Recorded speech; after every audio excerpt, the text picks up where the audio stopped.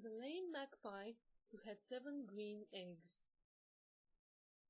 A Mongolian folk tale. Once upon a time there lived a lame magpie who had 7 green eggs. The family lived in peace and quiet until one day a fox came along and said, "Give me one of your 7 eggs. I want to eat it." The magpie said, "I won't give you one of my eggs. If you don't give me one of your eggs, I shall trample down all your belongings so they turn into dust, and I shall knock down your golden asp," the fox threatened. The magpie got frightened and gave the fox an egg. So the fox came every day, repeated his threat, and ate the eggs until there was only 1 green egg left. The magpie cried bitterly, because she did not want to lose her last egg as well, but she could not stand up to the horrible fox. Just then a mouse came along and asked, "Why are you crying so hard?" "Once I had 7 eggs," the magpie replied, "but then a fox came and said, 'You have to give me one of your eggs.' And when I told him I wouldn't do it, he said, 'If you won't give it to me, I shall throw down the golden asp. I shall trample down your belongings.' I didn't know what to do, so I gave him the egg. And now there is but one left." The mouse gave the magpie the following piece of advice: "The next time you will say, 'I won't give you one of my eggs,' then the fox will tell you what he told you before. He will say, 'I shall throw down the golden asp. I shall trample down your belongings.' And you will ask him, 'But where are your antlers to throw down the golden asp with? And where are your hoofs to trample down my belongings?' Then he surely will ask you, 'Who taught you these words?' You will tell him, 'I have thought long and hard about it all by myself, until it occurred to me. I have slept on it, and then I thought of it. I mused over it, and then the idea stole into my mind.'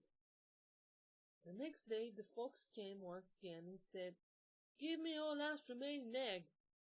But the magpie answered, 'I won't give it to you.'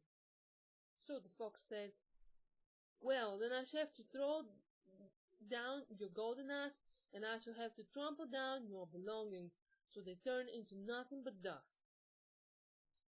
'But where are your antlers to throw down the golden asp with? And where are your hoofs to trample down my belongings with?' asked the magpie. The fox demanded to know, 'Where did you hear these words? Tell me.' But the magpie did not. Instead she said, 'I have thought long and hard about it by myself, until it occurred to me. I have slept on it, and then I thought of it. I mused over it, and then the idea stole into my mind. If you won't tell me who taught you these words, I shall have to use the 13 ruses of the foxes to capture and eat you,' the fox threatened. The magpie was at a loss what to do, and in her fear she told him, 'The mouse who lives in the hole on the other side of the hill has taught me.' The fox went to the opening of the mouse's hole and called her out, but the mouse did not appear. Instead she called out, 'I'm just now cleaning my home.' The fox waited patiently, but when called for the mouse again, she said, 'Oh, but I'm wiping my mirror.' The fox was still not disheartened. He kept on waiting in front of her hole, and then he called once more.